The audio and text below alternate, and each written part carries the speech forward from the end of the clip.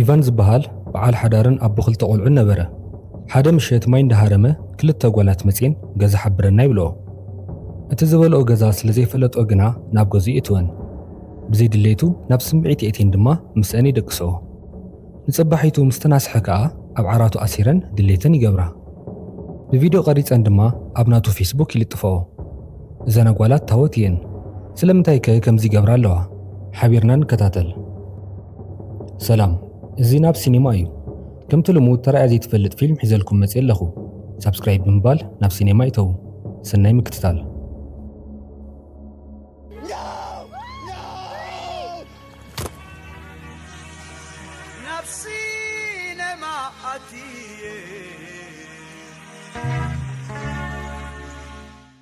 ፊልምና እንትትጅምር ኢቫን ምስ በዓልቲ ገዝኡ ኬረን ኣብ ዓራት ነበሩ።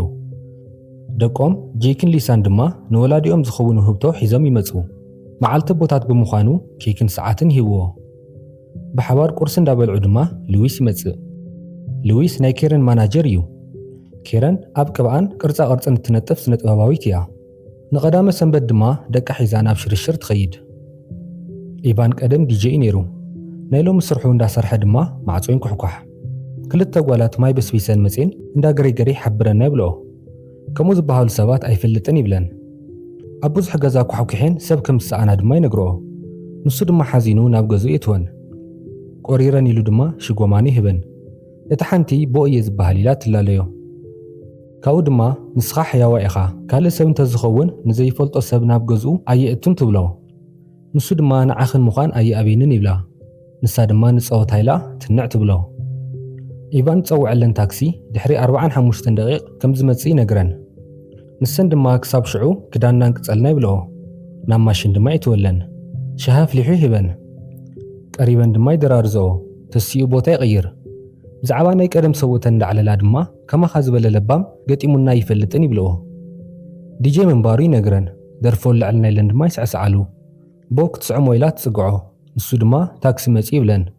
ክዳውንተን ሒዙለን ምስ ከደ ድማ ናብ ባኞ ይኣትዋ። ጥራሕ ዝባነን ድማ ይመፅኦ። ተኸዲንክን ውፃ ይብለን። ጀነሲስ ድማ ፀግዕ ኢላ ትስዕሞ። ኢቫን ድማ በዓል ሓዳር እየ ተኸዲንክን ውፃለይ ይብለን። ቦ መፅያ ትተናኽፎ። ግደፋን እንዳበለ ድማ ናብ ስምዒት የእቴን የጋጊኦ። እቲ በዓል ታክሲ ትፅብያምሲ ይኸይድ። ንሶም ድማ ኣብቲ ባኞ ዝግበር ይገብሩ።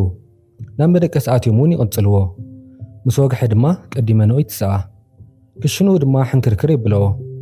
ሰበይቱ ትድውለሉ። ናብ መረባ ኸይዱ ድማ ይዕልላ። በቲ መስትያት ድማ ክዳነን ቀሊዐን ይርእዮ። ኣቲ ድማ ውፃለይ ይብለን። ቦ ናቱ ካምቻ ተኸዲና ትሕዘሎ። ተኸደና ኢልወን ምስ ወፀ ድማ ኣብቲ ናይ ሰበይቱ ቅርፃ ቅርፂ ኣድላይ ዘይኮኑ ነገራት ትስእላ።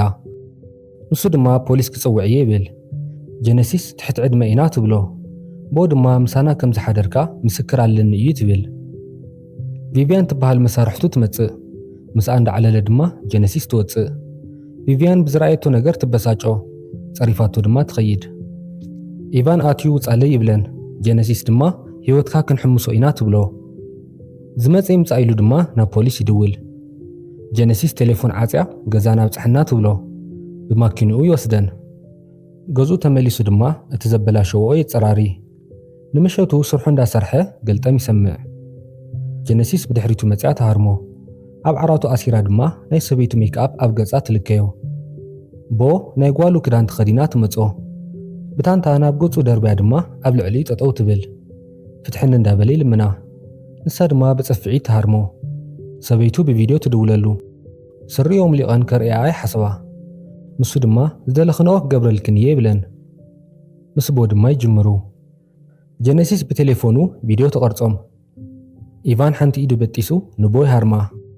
ናብ ጀነሲስ ከይዱ ምስ ሓነቓ ድማ ብፋርኬታ ጌራ ማእገሩ ትወግኦ። ኣብ ወንበሩ ኣሲረን ሕቶታት ይሓትኦ። ድሕሪ ተጋጊ ድማ ብሄድፎን ዓው ዝበለ ድምፂ ይስምዖ።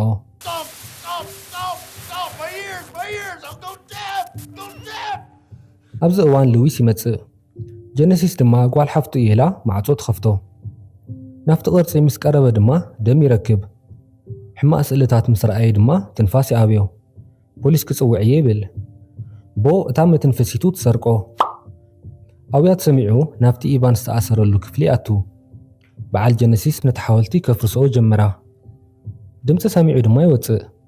ትንፋስ ድማ ይኣብዮ ነታ መተንፈሲቱ እናተቐባበላ ይሳቐይኦ ሉዊስ ይመውት ጋዜጣ ሸፊነን ቀለም ለኺን ድማ ሓወልቲ የምስልኦ እቲ ቐታላይ ኢቫን መታን ክመስል ድማ ቴሌፎኑ ገይረን ምስ ሰበይተይ ስለ ዝሓደርካ ክቐትለካ እዩ ኢለን መልእኽቲ ይሰዳሉ ናብ ትሕቶን መልስን ድማ ይምለሱ ጀነሲስ ድማ ንትሕቲ ዕድመ ጓላት ዝዕምፅ ሞት ክፍረዶ ኣለዎ ትብሎ ንሱ ድማ ንስኽን ኢኽን ዓሚፅክናኒ ይብለን ባዕልኽን ናብ ገዛይ መፂኽን ክዳነይ ውፂኽን ግደፋ እንዳበልኩኽን ድማ ናብ ስምዒት የእቲኽናኒ ንሱ ከይኣክል ድማ ኣብ ዓራተይ ኣሲርክን ኣብ ልዕለይ ደይብክን ዓሚፅክናኒ ኣነ ግና ሽጎማኑ ሂበ ሻሂ ኣፍሊሐ ከም ሓውከይ ነእየ ክሕግዘክን ፈቲነ ይብለን ሕጂ ድማ ክትቀትላኒ ደሊኽን ክንዲ ዝሓገዝኩ ድዩ ይብል ጀነሲስ ድማ ጽባሕ ንጎሆ ክንቀትለካ ኢና ትብሎ መቕበሪኡ ዝኸውን ጉድጓድ ፍሒረን ምስ ወዳኣ ድማ ናይ ሰበይቱ ቅርጻ ቅርጺ ይዕንውኦ ፀጉርኻ ነዊሕ ኢለን ድማ ይቆርጻሉ ስእልታት ይቐዳ ሶፋ ይንኩላ